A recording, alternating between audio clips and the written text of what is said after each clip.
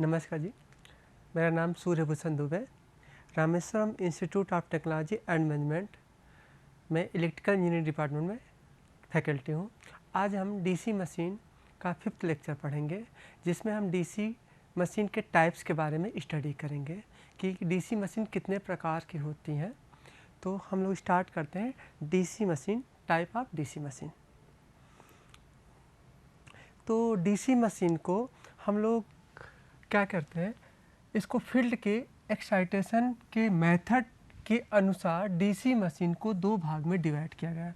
मतलब DC machine को हम लोग फील्ड के अनुसार, मतलब उसको हम फील्ड को किस तरह, फील्ड वाइंडिंग को किस तरह से सप्लाई देंगे, उसके आधार पर हम डीसी मशीन को 2 भाग में डिवाइड किए हैं। एक सेपरेटली एक्साइटेड डीसी मशीन और दूसरा सेल्फ एक्साइटेड डीसी मशीन।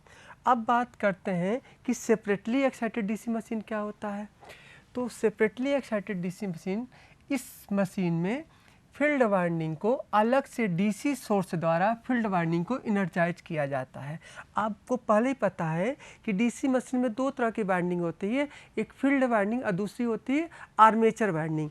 तो सेपरेटली एक्साइटेड मशीन में क्या होती है, ये फील्ड वाइंडिंग है, इसको हम क्या करेंगे, एक्सटर्नल सोर्स से हम इसको क्या करेंगे, डीसी सप्लाई देंगे। तो इस तरह के मशीन को हम लोग बोलते हैं सेपरेटली एक्साइटेड मशीन। अब बात करते हैं मोटर की बात करते हैं। मोटर में क्या होता है, हम डीसी सप्लाई देते हैं, तो डीसी सप्लाई ये गया, जिसको हम आर्मेचर करंट भी बोल सकते हैं, यहाँ पर लाइन करंट भी बोल सकते हैं। तो यहाँ से क्या हो जाएगा, टर्मिनल वोल्टेज जो आपका, ये टर्मिनल जो आपने सप्लाई दिया है वो VT है, तो टर्मिनल वोल्टेज इक्वल टू हो जाएगा VT equal to EB। Actual में जब इसको आप सप्लाई देते हैं तो इसमें एक बैक EMF जनरेट होता है, जिसको हम क्या बोलते हैं, EB। तो ये EB जनरेट हुआ, EB plus IA into RA। इसके अंदर क्या होता है, एक रेजिस्टेंस होता है, जिसको हम लोग शो नहीं करते फिगर में, लेकिन एक रेजिस्टेंस होता है। तो VT equal to terminal voltage equal to क्या हो जाएगा, ये वोल्टेज और प्लस इसके अंदर रेजिस्टेंस में जो ड्रॉप होगा वोल्टेज, उसको IA इंटू RA। तो ये लिख सकते हैं VT equal to EB plus IA RA। अब हम बात करते हैं इसके अंदर कितनी पावर गई, मतलब इनपुट पावर कितनी हुई। तो इनपुट इलेक्ट्रिकल पावर की बात करते हैं, तो VT इंटू IA। तो VT इंटू ये IA जो इसके अंदर करंट जाएगी, उसको हम बोलते हैं इनपुट पावर। अब बात करते हैं, चूंकि ये मोटर है तो ये क्या करेगा, मैकेनिकल पावर डेवलप करेगा, मतलब इलेक्ट्रिकल पावर को किस में कन्वर्ट करेगा, मैकेनिकल पावर में। तो ये मैकेनिकल पावर इसके अंदर कितना डेवलप्ड होगा, शाफ्ट में, मतलब शाफ्ट से पहले जो इसके अंदर मैकेनिकल पावर होगी वो क्या होगी। तो अगर हम बात करें तो ये जो इनपुट पावर है, इसमें से अगर ये लॉसेज माइनस कर दे, कॉपर लॉसेज में माइनस कर दे आर्मेचर में, तो वो क्या हो जाएगा, मैकेनिकल पावर हो जाएगा। तो यहाँ का VT into IA minus IA square RA, तो IA अगर कॉमन ले लेंगे तो क्या हो जाएगा, VT minus IA into RA, ये हो जाएगा। VT minus IA into RA को क्या बोल सकते, देखिए VT minus IA into RA को यहाँ से क्या पास पाएंगे, EB पाएंगे, मतलब इस पूरे को क्या बोल सकते हैं, EB बोल सकते हैं। तो ये क्या हो गया, तो जो इसके अंदर मैकेनिकल पावर डेवलप्ड होगा वो क्या होगा, EB इंटू IA होगा। अब हम लोग बात करते हैं जनरेटर की बात करते हैं, वही भी सेपरेटली एक्साइटेड मशीन की बात कर रहे हैं। अब हम इसमें जो हम सप्लाई देंगे, अलग से इसको सप्लाई देंगे और इसको हम क्या करेंगे, किसी प्राइम मूवर से क्या करेंगे, मूव कराएंगे। तो जो आप मूव कराएंगे तो क्या होगा, इससे वोल्टेज जनरेट होगा, EG होगा। तो EG इक्वल टू क्या हो जाएगा, यहाँ से अगर ये आपका लोड है, इस लोड की, तो क्या होगा, EG इक्वल टू हो जाएगा VT, मतलब यहाँ टर्मिनल वोल्टेज जो आपका VT, जो लोड के क्रॉस वोल्टेज ड्रॉप होगा, और IA इंटू RA, इसके अंदर जो रेजिस्टेंस है IA इंटू RA हो जाएगा। तो यहाँ से जो आपने इलेक्ट्रिकल पावर डेवलप कितना होगा, इसके अंदर आपने पावर देखा, यहाँ पर EG पैदा हुआ था और यहाँ पर करंट निकला, IA निकला था। तो ये क्या हुआ, ये इलेक्ट्रिकल पावर डेवलप्ड हो जाएगा। ये बात हम लोग बात करते हैं। अब हम बात करते हैं जो इसके अंदर पावर डेवलप्ड हुआ वो लोड को कितना ट्रांसफ़र होगा। तो power delivered to electrical load, तो ये जो इनपुट पावर था, मतलब जो इलेक्ट्रिकल पावर डेवलप्ड हुआ था, अगर उसमें से हम इस आर्मेचर द्वारा कॉपर लॉस को क्या कर दें, माइनस कर दे, तो क्या हो जाएगा, वो पावर क्या होगा, लोड को डिलीवर्ड होगा। तो इसमें से अगर हम IA को कॉमन ले लें तो क्या बचेगा, EG माइनस IRA। और EG माइनस IRA को क्या बोलते हैं, VT बोलते हैं। जैसे हम पहले भी देख चुके हैं, यहाँ से आप देख सकते हैं कि हम लोग EG माइनस IA को जब करेंगे तो क्या हो जाएगा, VT हो जाएगा। तो ये क्या हुआ, सेपरेटली एक्साइटेड DC मशीन की बात करते हैं। एक्चुअल में ये यूज कम होता है, सबसे ज़्यादा यूज होता है सेल्फ एक्साइटेड मशीन में ज़्यादा यूज किया जाता है, उसको कम यूज किया जाता है प्रैक्टिकली। बात करते हैं कि सेल्फ एक्साइटेड मशीन होती क्या है। तो जब फील्ड वाइंडिंग को आर्मेचर में इंड्यूस सप्लाई के द्वारा इनर्जाइज किया जाता है तो उसे सेल्फ एक्साइटेड मशीन कहते हैं। अभी हमने सेपरेटली में क्या पढ़ रहे थे कि फील्ड को हम लोग क्या करते हैं, अलग से सप्लाई देते हैं, लेकिन सेल्फ एक्साइटेड जैसा नाम भी है, सेल्फ मीन्स स्वयं, अपने आप पर निर्भर होना, तो इसको फील्ड को सप्लाई कौन देता है, मशीन के अंदर जो आर्मेचर में एनर्जी इंड्यूस होती उसी के द्वारा फील्ड को इनर्जाइज किया जाता है, इसलिए इसको सेल्फ एक्साइटेड मशीन कहते हैं। अब चूँकि आपको पता है DC मशीन 2 प्रकार की होती है, तो उसी में हम लोग, लेकिन सेल्फ एक्साइटेड मशीन को 3 प्रकार में डिवाइड किया गया है। एक है series excited machine, shunt excited machine और कंपाउंड एक्साइटेड मशीन। थोड़ा सा एक चीज़ क्लियर आप लोग को कर दें, जो मशीन लिखा है ये मशीन AC मतलब मोटर और जनरेटर दोनों के लिए हम लोग बात करेंगे। मतलब यहाँ पर जो हम लोग स्टडी करेंगे जो DC मशीन की, एक बार मोटर की स्टडी करेंगे, दूसरी बार जनरेटर की स्टडी करेंगे। तो सबसे पहले हम सीरीज एक्साइटेड मशीन की बात करेंगे। मतलब सीरीज एक्साइटेड मशीन की बात करेंगे तो एक बार सीरीज मोटर पढ़ेंगे और एक बार सीरीज जनरेटर पढ़ेंगे, ये दिमाग में होना चाहिए। अब बात करते हैं सीरीज एक्साइटेड मशीन। जब फील्ड वाइंडिंग को आर्मेचर की सीरीज में कनेक्ट करते हैं तो उसे सीरीज एक्साइटेड मशीन कहते हैं। आपने देखा इस आर्मेचर के साथ ये जो वाइंडिंग को किस में हमने कनेक्ट किया है, सीरीज में कनेक्ट किया। मतलब इस आर्मेचर के साथ जो फील्ड वाइंडिंग है किस में है, सीरीज में है, इसलिए इस मशीन को क्या बोलेंगे, सीरीज एक्साइटेड मशीन कहते हैं। यहाँ चूँकि सीरीज फील्ड का मान आर्मेचर करंट पर के मान पर निर्भर करता है, जो इसमें करंट फ्लो होगा वो क्या होगा, आर्मेचर करंट होगा। तो इसलिए सीरीज फील्ड को करंट ऑपरेटेड फील्ड भी कहते हैं। मतलब इस फील्ड को सीरीज फील्ड तो बोलते हैं, इसके अलावा इसका दूसरा नाम क्या है, करंट ऑपरेटेड फील्ड भी कहते हैं। अब बात करते हैं कि इसका कंस्ट्रक्शन कैसा होगा सीरीज फील्ड का। सीरीज फील्ड वाइंडिंग में नंबर ऑफ टर्न्स, इसमें नंबर ऑफ टर्न्स क्या होंगे, कम होते हैं तथा मोटे तार का वायर का बना जाए। ये इसमें जो टर्न्स होंगे वो क्या होंगे, इसमें टर्न्स कम होंगे, लेकिन ये जो तार होगा क्या होगा, थिक मोटा होगा। अब ऐसा क्यों बनाया जाता है, क्योंकि जब आप इसको यहाँ पर कम से कम वोल्टेज ड्रॉप हो, तो कम से कम वोल्टेज ड्रॉप होने के लिए क्या होना पड़ेगा, इसका रेजिस्टेंस कम होना पड़ेगा। और इसका रेजिस्टेंस कम होने के लिए इसका लंबाई क्या रखना पड़ेगा, कम रखना पड़ेगा, और एरिया क्या रखना पड़ेगा, ज़्यादा रखना पड़ेगा। इसीलिए इसके नंबर ऑफ टर्न्स क्या होते हैं, कम होते हैं और ज़्यादा मोटे बनाए जाते हैं। अब हम बात करते हैं सीरीज एक्साइटेड मशीन में मोटर की बात करते हैं। अब बात करते हैं मोटर। यहाँ से आपको पता चल रहा होगा इसमें ये IL मतलब लाइन करंट, सीरीज करंट मतलब फील्ड करंट सीरीज में, और आर्मेचर करंट, तीनों क्या होंगे, इक्वल होंगे जैसे आप देख रहे हैं। अब यहाँ से जो टर्मिनल वोल्टेज इक्वल टू जो होगा मोटर के लिए, चूँकि इधर से आप सप्लाई दे रहे हैं तो V2 इक्वल टू यहाँ का वोल्टेज अब प्लस इसके अक्रॉस वोल्टेज ड्रॉप और इसके अंदर रेजिस्टेंस में क्या वोल्टेज ड्रॉप के इक्वल के बराबर। तो V2 इक्वल टू क्या होगा, EB प्लस IA ब्रैकेट में RA प्लस RSC हो जाएगा। थोड़ा सा एक चीज़ और ध्यान रखना होगा, इसको हम लोग EB को बैक EMF क्यों बोलते हैं। आप देख रहे होंगे फिगर से कि EB का डायरेक्शन क्या है, ऊपर की तरफ, करंट की डायरेक्शन क्या है, नीचे की तरफ है। चूँकि दोनों का डायरेक्शन क्या है, अपोजिट है, इसलिए इसको बैक EMF बोलते हैं। और जनरेटर में क्या होगा, जनरेटर में जो EG पैदा होगा और करंट जो पैदा IA होगा, वो दोनों के डायरेक्शन क्या होंगे, सेम होंगे। ये हमेशा ध्यान रखिएगा। एक चीज़ आप और सोचते होंगे कि हम इसको सीधा क्यों नहीं बनाए, ये जो वाइंडिंग थी यहाँ पर सीधी हमने ऐसे क्यों नहीं बनाया। इसका रीज़न ये है कि जो ये फील्ड वाइंडिंग होती है, फील्ड वाइंडिंग और आर्मेचर वाइंडिंग के बीच में ऑलवेज 90 डिग्री होता है, इसलिए हमने इसको यहाँ पर ऐसा दिखाया है कि सीरीज हो या शंट हो, कोई भी फील्ड वाइंडिंग आर्मेचर वाइंडिंग के बीच में हमेशा ये 90 डिग्री मेंटेन रहेगा। अब हम बात करते हैं इसके अंदर इनपुट पावर कितना गया। आप देख सकते हैं VT इंटू IA, तो तो यहाँ पर क्या होगा, IA बोले चाहे IL बोले सम सेम है, तो ये क्या होगा, ये इनपुट पावर होगा।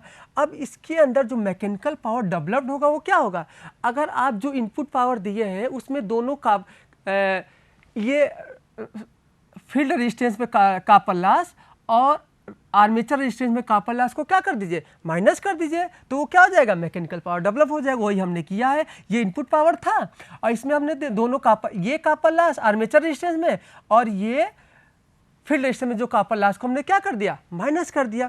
तो यहाँ से क्या निकलेगा, इन दोनों में आप देखेंगे तो IA क्या हो गया, कॉमन हो गया, VT minus IA RA plus RSC। अब इसमें से अगर हम बात करेंगे तो ये क्या हो जाएगा, इसको जब सॉल्व करेंगे तो ये क्या आ जाएगा, EB इंटू IA आ जाएगा। इसका अर्थ क्या हुआ, जो इसके अंदर मैकेनिकल पावर डेवलप होगा वो क्या होगा, EB इंटू IA के बराबर होगा। तो अब बात करते हैं कि ये सीरीज मोटर कहाँ पर यूज किया जाएगा, तो जहाँ पर हाई स्टार्टिंग टार्क की आवश्यकता होती है वहाँ पर सीरीज मोटर का प्रयोग किया जाता है। क्योंकि हमने पहले ही पढ़ चुके हैं, जो टार्क का फार्मूला होता है T इक्वल टू क्या होता है, K फाई I है। यहाँ पर जो फाई है वो भी किस पर डिपेंड कर रहा है, IA पर डिपेंड कर रहा है, तो इसको हम क्या लिख सकते हैं, IA स्क्वायर लिख सकते हैं।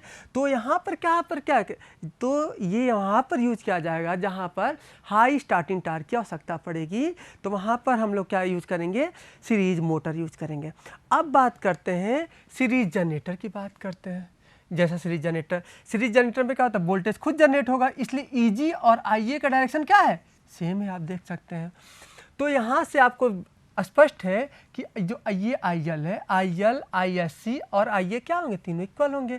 तो यहाँ से EG इक्वल टू होगा, मतलब यहाँ का जो वोल्टेज जनरेट होगा वो किसके वोल्टेज बराबर होगा, इस रेजिस्टेंस के क्रॉस वोल्टेज ड्रॉप जिसको IA बोलेंगे, और प्लस इसके क्रॉस वोल्टेज ड्रॉप मतलब IA इंटू RSC बोलेंगे। तो ये इसको ये फार्मूला हो गया। अब हम बात करते हैं इलेक्ट्रिकल पावर इसके अंदर डेवलप कितना हुआ है। आप देख सकते हैं इसके अंदर electrical power EG into IA electrical power develop, क्योंकि पावर का फॉर्मूला होता है VIA cast theta, VI cast theta, चूंकि कास्ट थीटा क्या है, हमेशा यहाँ पर 1 यूज होता है, तो यहाँ क्या होगा, EG इंटू IA हो जाएगा। अब बात करते हैं EG इंटू IA में, अब इसकी पावर, ये कितना पावर इसको क्या करेगा, डेवलप्ड, इसको डिलीवर्ड करेगा। तो इसको डिलीवर्ड कितना, अगर ये जो पावर इसके अंदर डेवलप्ड हुआ है, अगर ये कॉपर लॉस आर्मेचर रेजिस्टेंस का और फील्ड रेजिस्टेंस का कॉपर लॉस को क्या कर दें, माइनस कर दें, तो वही पावर क्या हो जाएगा, लोड को डिलीवर्ड हो जाएगा। अब हम बात करते हैं IA इंटू RA में, अगर हम तो यहाँ पर इन दोनों में IA क्या हो गया, कॉमन हो गया, तो क्या लिख सकते हैं, EG minus IA RA plus RSC हो गया। और जब आप इसको सॉल्व कर जाएंगे तो क्या आ जाएगा आपका, VT इंटू IA आ जाएगा या VT इंटू IL आ जाएगा। तो मतलब यहाँ जो पावर डेवलप, यहाँ पर जो आएगा पावर लोड, ये वो क्या हो जाएगा, VT इंटू IA के बराबर यहाँ पर क्या हो जाएगा, लोड डिलीवर्ड होगा, हम लोड को इलेक्ट्रिकल पावर डिलीवर्ड होगा। अब बात करते हैं कि सीरीज जनरेटर को रेयरली यूज किया जाए, मतलब इसका प्रयोग क्या किया जाता है, बहुत कम किया जाता है, क्योंकि या आप जब इसको, इसमें वोल्टेज रेगुलेशन क्या होता है, सबसे गंदा होता है, इसलिए इसको यूज नहीं किया जाता है।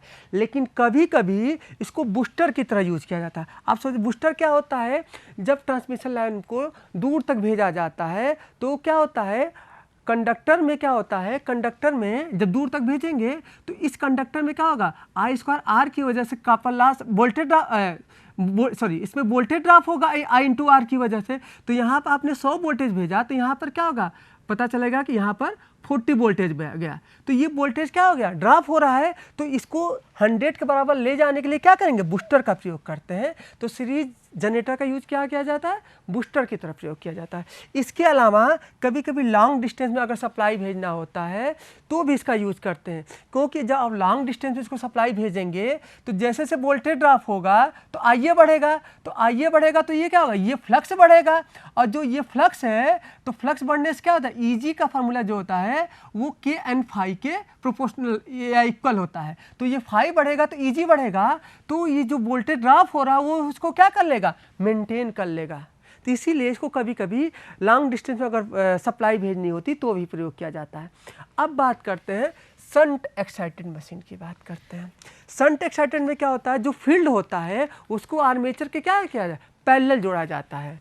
जब फील्ड वाइंडिंग को आर्मेचर के पैरेलल कनेक्ट करते हैं तो उसे शंट एक्साइटेड मशीन कहते हैं। जैसा आप फिगर में देख सकते हैं कि इस आर्मेचर में इसको क्या किया गया है, पैरेलल में कनेक्ट किया गया है, तो ये शंट मशीन है। इसके अलावा आपने देखा चूंकि shunt field winding armature winding के पैरेलल होती है, आपने देखा दोनों क्या है, पैरेलल है, अतः शंट फील्ड वाइंडिंग के वोल्टेज का मान आर्मेचर वोल्टेज के बराबर होता है। अब यहाँ का वोल्टेज और यहाँ का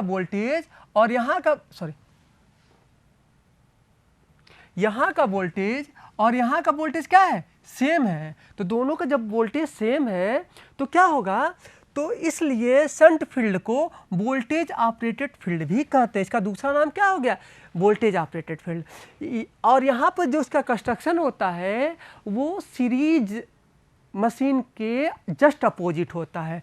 उसमें नंबर ऑफ टर्न्स क्या थे, कम थे, यहाँ पर नंबर ऑफ टर्न्स क्या है, ज़्यादा है।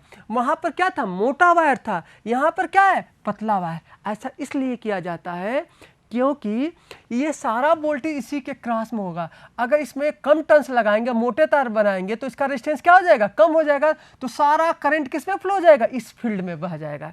इसलिए इसको रेजिस्टेंस हाई किया जाता है। हाई रेजिस्टेंस करने के लिए नंबर ऑफ टर्न्स बढ़ाना पड़ेगा और पतले तार का बनाया जाएगा। अब इसका बात करते हैं, इसके अंदर जो करंट फ्लो होगा वो क्या होगा, ये आपका VT है, मतलब VT अपॉन RSH से डिवाइड कर देंगे तो करंट निकल जाएगा। और यहाँ से IL इक्वल टू क्या निकल जाएगा, ISH प्लस IAR है। तो ये दो भाग में क्या हो गया, डिवाइड हो गया। और यहाँ से VT इक्वल टू क्या हो जाएगा, EB plus IA into R है। तो VT इक्वल टू क्या हो जाएगा, EB प्लस इसके का वोल्टेज IA इंटू आर हो जाएगा। अब हम बात करते हैं इसमें इनपुट पावर कितना गया, इनपुट पावर आप देख रहे हैं VT इंटू IL, इसके अंदर इनपुट पावर गया। अब बात करते हैं मैकेनिकल पावर डेवलप्ड, इसके अंदर कितना होगा। तो अगर इसमें से क्या करिए, इनपुट पावर में से इसका कॉपर लॉस और इसका कॉपर लॉस जो इसके अंदर रेजिस्टेंस है, दोनों को क्या कर दें, माइनस कर दें, तो क्या हो जाएगा, मैकेनिकल पावर डेवलप्ड हो जाएगा। आप देख सकते हैं मतलब इनपुट पावर में से IA square RA, IA square SH, मतलब दोनों फील्ड रेजिस्टेंस आर्मेचर रेजिस्टेंस के लॉसेज को हमने क्या कर दिया, माइनस कर दिया। माइनस करने के बाद आपने क्या पाया, IL इक्वल टू आप यहाँ से लिख सकते हैं IS प्लस IA। तो यहाँ से आप देख सकते हैं IL इक्वल टू हमने यहाँ ये लिख दिया और ये दोनों को एज इट इज हमने लिख दिया। अब आपने देखा इन दोनों को मल्टीप्लाई करने पे ये आया और इसका मल्टीप्लाई करने पे ये आया और ये एज इट इज हमने इसको ऐसे लिख दिया। अब आपने ये पाया कि इन दोनों में इसको तो एज इट इज हमने लिख दिया और यहाँ पर VT को हम क्या लिख सकते हैं, VT को यहाँ से EB प्लस IA है, तो VT को हमने EB plus IA RA into IA और ये ऐसे लिख दिया, जी ऐसे हमने लिख दिया। अब यहाँ पर इन दोनों का हमने मल्टीप्लाई करके यहाँ लिख दिया और इसको मल्टीप्लाई करने का हमने यहाँ लिख दिया और इसको हमने क्या किया, यहाँ पर लिख दिया और ये चीज़ हमने यहाँ लिखा और इसको हमने लास्ट में सबसे लिख दिया। अब आपने ध्यान देंगे तो ये आपका क्या हो जाएगा, ये तो एज इट इज रहेगा, ये दोनों आपस में क्या है, बराबर, ये दोनों कैंसिल आउट हो जाएंगे और ये पावर है, किसका पावर है, इसका पावर है, और ये किसका पावर है, ये भी इसी का पावर है, तो ये दोनों आपस में कैंसिल आउट हो जाएंगे। तो क्या बचा, EB इंटू IA। तो इसके पास मैकेनिकल पावर डेवलप कितना होगा, EB इंटू IA के बराबर होगा। अब बात करते हैं कि ये मोटर कहाँ पर प्रयोग किया जाता है, ये मोटर वहाँ पर प्रयोग किया जाए जहाँ पर कांस्टेंट स्पीड की आवश्यकता होती है। नेक्स्ट बात करते हैं, अब किस कंडीशन में जो मैकेनिकल पावर, जो मोटर में मैकेनिकल पावर होता है वो कब मैक्सिमम डेवलप्ड होगा। तो हमें पता है कि पावर इक्वल टू ये क्या हुआ, PM इक्वल टू लिख सकते हैं mechanical power equal to VT minus IA plus IA square RA। ये आपको यहाँ से भी मिल जाएगा मैकेनिकल पावर से। ऐसे भी आपने क्या किया, जो ये समझते हैं, तो जो इसके अंदर पावर डेवलप हुआ इसके अंदर ये आपका इनपुट पावर था, ये जो इसके अंदर मैकेनिकल पावर हुआ EB इंटू IA हुआ था, EB इंटू IA हुआ था जो किसके बाद VT माइनस IRA के बराबर था। उसमें हमने क्या कर दिया, कॉपर लॉस को माइनस कर दिया। तो यहाँ से अगर आप IA के रिस्पेक्ट में डेरिवेट करेंगे तो ये क्या जाएगा, ये VT हो जाएगा, ये क्या होगा 2IA इंटू RA। हमने इसको क्या कर दिया, इक्वल टू 0 बराबर कर दिया।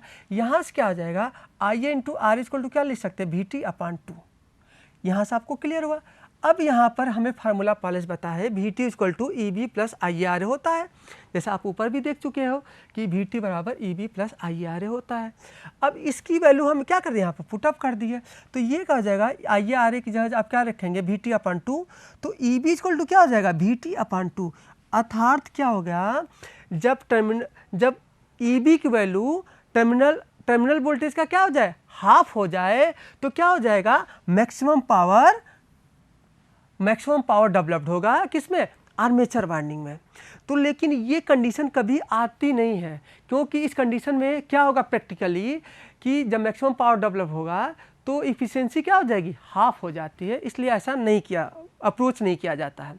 अब बात करते हैं जनरेटर की, बात करते हैं शंट जनरेटर की बात करते हैं। शंट जनरेटर में सेम फार्मूला हो जाएगा, ये आपने पहले अभी पढ़ चुके हैं, IA इक्वल टू क्या ले, IL प्लस IS। यहाँ से आप देख सकते हैं EG इक्वल टू लिख सकते हैं VT प्लस IARA।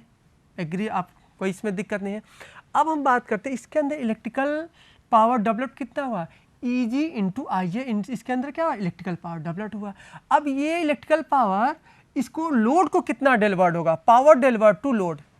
अब क्या करेंगे, जो इनपुट पावर था उस पे से दोनों लॉसेस क्या कर दें, माइनस कर दें, फील्ड का लॉसेस माइनस कर दें और आर्मेचर रेजिस्टेंस का लॉसेस माइनस कर देंगे। तो ये क्या निकल के, आप कैलकुलेट करेंगे, कैलकुलेट भी कर लेते हैं। तो इन दोनों में अगर ध्यान दीजिए तो IA क्या हो गया, कॉमन हो गया, तो ये EG होगा, ये RA होगा, एज इट इज हमने लिख दिया। अब यहाँ पर आप देखेंगे EG माइनस IARA को क्या लिख सकते हैं, EG माइनस IARA को क्या लिख सकते हैं, VT लिख सकते हैं। तो ये हमने क्या लिख दिया, VT लिख दिया। IA इसको हम एज लिख दिया। अब यहाँ पर IA को हम क्या लिख सकते हैं, ध्यान दीजिए, IA को लिख सकते हैं IL minus ISS, sorry IA को IL प्लस ISS हमने लिख दिया। तो ये लिख दिया, इन दोनों को मल्टीप्लाई करेंगे तो ये चल जाएगा VT IL और ये क्या हो जाएगा VT ISS और I square SS plus RSS। आप ध्यान दीजिए VT ISS मतलब टर्मिनल वोल्टेज ये क्या होगा, पावर होगा किसका, इसके अंदर पावर जो लॉसेज होगा, और I स्क्वायर RSS क्या होगा, ये भी इसी के अंदर जो पावर लॉस है, मतलब दोनों चीज़ क्या है, ये और ये चीज़ दोनों इसको बता रही है। और दोनों क्या है, पॉजिटिव निगेटिव के साथ है, तो दोनों क्या हो जाएंगे, कैंसिल आउट हो जाएंगे। अतः जो इसको लोड को पावर डिलीवर्ड होगा वो क्या होगा, VT इंटू IL होगा। अब हम बात करते हैं कि ये इसको कहाँ पर यूज़ किया जाता है। तो इसका प्रयोग शॉर्ट जनरेटर का प्रयोग शॉर्ट डिस्टेंस में सप्लाई भेजने के लिए प्रयोग किया जाता है।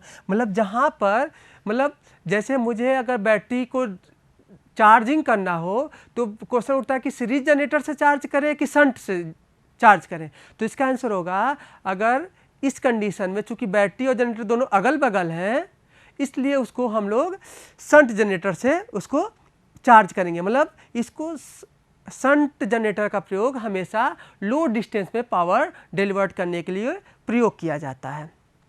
नेक्स्ट बात करते हैं कंपाउंड एक्साइटेड मशीन। अब बात करते हैं कंपाउंड एक्साइटेड मशीन क्या होता है। जिस मशीन में सीरीज फील्ड और शंट फील्ड दोनों को आर्मेचर से कनेक्ट किया होता है उसे कंपाउंड एक्साइटेड मशीन कहते हैं। मतलब जिस मशीन में सीरीज फील्ड और शंट फील्ड दोनों होते हैं उसको क्या बोलते हैं, कंपाउंड मोटर बोलते हैं। अब बता, कंपाउंड मोटर को फील्ड के आधार पर दो भाग में डिवाइड किया गया है, एक क्यूमुलेटिव कंपाउंड डीसी मशीन, एक है differential compound DC machine. Cumulative means क्या होता है, एडिशन, मतलब जोड़ना। तो क्या हुआ है, जब फील्ड सीरीज फील्ड और शंट फील्ड का जो फ्लक्स है दोनों का डायरेक्शन क्या हो, सेम हो, अतः दोनों क्या हो जाए, जुड़ जाएं, उस वाइंडिंग उस मोटर को या उस मशीन को क्या बोलते हैं, क्यूमुलेटिव कंपाउंड डीसी मशीन कहते हैं। अर्थात जब डीसी मशीन के दोनों फील्ड वाइंडिंग के फ्लक्स की दिशा सेम होती है उसे क्यूमुलेटिव कंपाउंड डीसी मशीन कहते हैं। अर्थात इसमें ये जो रिजल्टेंट फ्लक्स होगा वो क्या होगा, दोनों के सम के बराबर होगा। आप देख सकते हैं कि इसका फील्ड की दिशा और इसका फील्ड की दिशा क्या है, सेम है, तो ये क्या हो जाएंगे, दोनों ऐड हो जाएंगे। समझ में आ रहा।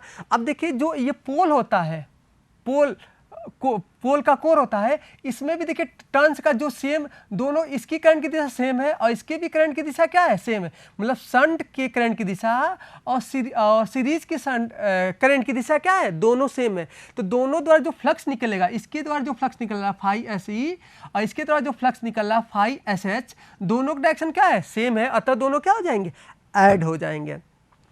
अब बात करते हैं, आप ऐसे इसका इक्वेशन भी लिख सकते हैं। आप लिखेंगे I S H equal to ये आ जाएगा और आई एल इक्वल टू क्या हो जाएगा, आप देख सकते हैं ये आई एल इक्वल टू यहाँ से आई एल बोलिए चाहे आई एस ई दोनों सेम है, आई ए प्लस आई ए, ये जो आई ए हो जाएगा और ये आई एस एच हो जाएगा। Eg इक्वल टू क्या लिख सकते हैं, पीछे हमने ऐसे लिखा था Vt plus IA RA plus RSC। अब ये क्वेश्चन उठता है कि इसको कहाँ पर यूज किया जाता है, तो इसका भी प्रयोग वहाँ पर यूज किया जाता है जहाँ पर कांस्टेंट स्पीड की आवश्यकता होती है। अब आप बोलेंगे सर शंट मशीन में भी आपने यही बोला, शंट मोटर में भी यही बोले कि जहाँ पर कांस्टेंट स्पीड चाहिए।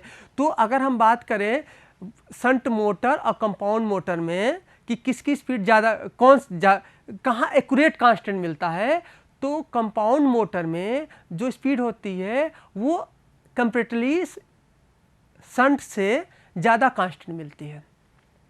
अब बात करते हैं, अगर एक एग्जाम में MCQ आता है कि किस मोटर का स्पीड कांस्टेंट होता है, DC शंट मोटर का, DC कंपाउंड मोटर का, सीरीज मोटर का, तो उसका आंसर होगा DC कंपाउंड मोटर का। अगर DC कंपाउंड मोटर नहीं रहेगा तो उस कंडीशन में DC शंट मोटर पर हम सही मानेंगे कि उसका स्पीड कांस्टेंट होता है। अब हम बात करते हैं सीरीज कंपाउंड जनरेटर की बात करते हैं। कंपाउंड जनरेटर में भी क्या है, आप क्या अब इसमें क्या करेंगे, इसमें को आप प्राइम मूवर से घुमाएंगे। अब इससे जो करंट निकलेगी दो भाग में डिवाइड हो जाएगी, एक होगा ISH और दूसरा होगा IL।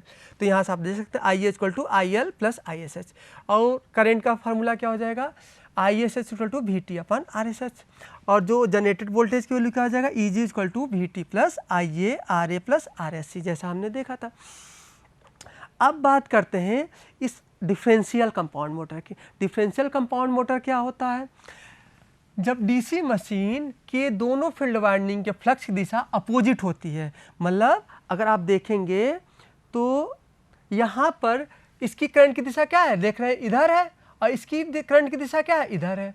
तो मतलब इसका फाई SH क्या होगा, अगर मान लेते ऊपर है तो फाई SE क्या होगा, वो क्या होगा, नीचे होगी। तो दोनों क्या है, अपोजिट दिशा में है। अतः इसको हम क्या बोलते हैं, दोनों जो रिजल्टेंट होता है, दोनों के जो फ्लक्स का रिजल्टेंट होता है दोनों के डिफरेंस के बराबर होता है, इसलिए इसको क्या बोलते हैं, डिफरेंशियल कंपाउंड DC मशीन। वो DC मशीन मोटर भी हो सकता है और जनरेटर भी हो सकता है। अब बात करते हैं, पहले मोटर की बात करते हैं कि ये आप मोटर का तो आप डायग्राम समझ ही गए होंगे। अब ये क्वेश्चन उठता है कि डिफरेंशियल मोटर कहाँ पर प्रयोग किया जाता है, तो इसका कहीं पर प्रयोग नहीं किया जाता है। अब आप सोचेंगे क्यों नहीं प्रयोग किया जाता है, क्योंकि आपने देखा phi resultant equal to phi SH minus phi SE। आप गलती से कभी भी इसको phi SE minus phi SH नहीं करेंगे, क्योंकि इसकी वैल्यू हमेशा ज़्यादा होती है। ठीक है, अब बात करेंगे जब आप मोटर में क्या करेंगे, लोड बढ़ाएंगे तो फाई SH तो क्या रहेगा, कांस्टेंट रहेगा, लेकिन फाई SE क्या होगा, बढ़ता जाएगा। जो फाई SE बढ़ता जाएगा तो क्या होगा, तो धीरे धीरे फाई रिजल्टेंट की वैल्यू क्या होती जाएगी, कम होती जाएगी, और किसी समय अगर जीरो हो जाएगी, किसी टाइम अगर ये दोनों बराबर हो जाएंगे तो जीरो हो जाएगी। इस कंडीशन में जो EB की वैल्यू क्या हो जाएगी, EB क्या होता है Kn फाई, ये भी क्या हो जाएगा, जीरो हो जाएगा। और जब EB जीरो हो जाएगा तो क्या होता है, फार्मूला में मालूम है, EB इक्वल टू क्या होता है, VT माइनस IA RA। तो यहाँ से ये जब जीरो हो जाएगा तो क्या हो जाएगा, आपका जो करंट की वैल्यू क्या हो जाएगी, सॉरी, तो यहाँ से EB इक्वल टू क्या हो जाता है, यहाँ से आप देख सकते हैं, इफ अगेन बताते हैं, सॉरी, VT इक्वल टू होता है मोटर के लिए, हम मोटर की बात करें, VT बराबर होता है EB प्लस IA RA। तो यहाँ से EB जब जीरो हो गया तो IA की वैल्यू क्या हो जाएगी, वो बहुत ज़्यादा हो जाएगी, VT अपान RA। तो इसकी वैल्यू इतनी ज़्यादा हो जाएगी कि इसका जो आर्मेचर क्या हो जाएगा, जल जाएगा।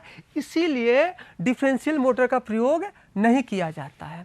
अब हम बात करते हैं जनरेटर का। जनरेटर क्या होता है, डिफरेंशियल जनरेटर हमेशा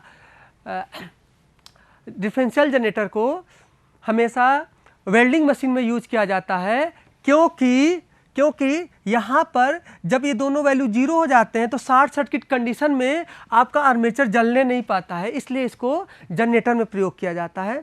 अब बात करते हैं एक्साइटेड मशीन कनेक्शन। एक होता है लॉन्ग शंट, दूसरा होता है शॉर्ट शंट। मतलब लॉन्ग शंट और शॉर्ट शंट में क्या होता है, केवल कनेक्शन का होता है। यहाँ पर क्या होगा, इसकी लंबाई क्या है, बड़ी हो जाएगी, तो इसलिए क्या है, क्योंकि जो शंट की लंबाई क्या होगी, बड़ी होगी, इसलिए इसको क्या बोलते हैं, लॉन्ग शंट। और शॉर्ट शंट में आपने देखा, शॉर्ट शंट में इसकी लंबाई जो फील्ड की जो लंबाई है वो क्या है, छोटी है, इसलिए इसको शॉर्ट शंट बोलते हैं। तो आज के लिए हम लोग इतना ही पढ़ते हैं। धन्यवाद, नमस्कार।